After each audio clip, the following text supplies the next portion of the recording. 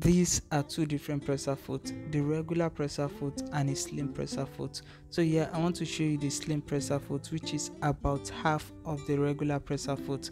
So the slim presser foot can be used for so many purposes. Some people use it to fix zip, but I use it to sew where my regular presser foot cannot sew. Like I use it to sew beaded or stoned lace. So instead of me removing the bead or removing the stone, I'll just use the slim presser foot, because the slim presser foot can go between beads, can go between stones, can move in a very tight area. So I'll just fix the slim presser foot to show you how I use the slim presser foot to sew beaded lace easily. So this is it. I fix the slim presser foot to it.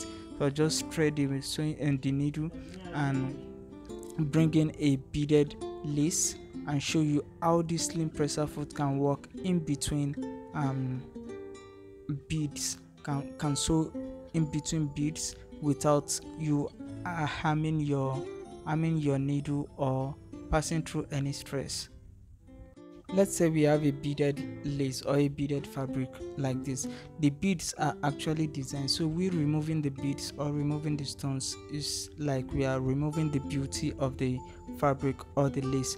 So I use my slim presser foot because I don't want to remove the beads or the stone.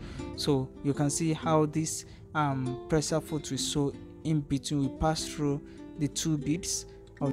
Get a slim presser foot and stop removing the beads or stones from your fabric. If you find this video interesting, don't forget to like, comment and share this video. Also follow this page and check the comment section to download the StyleBit app, and also to join my WhatsApp channel.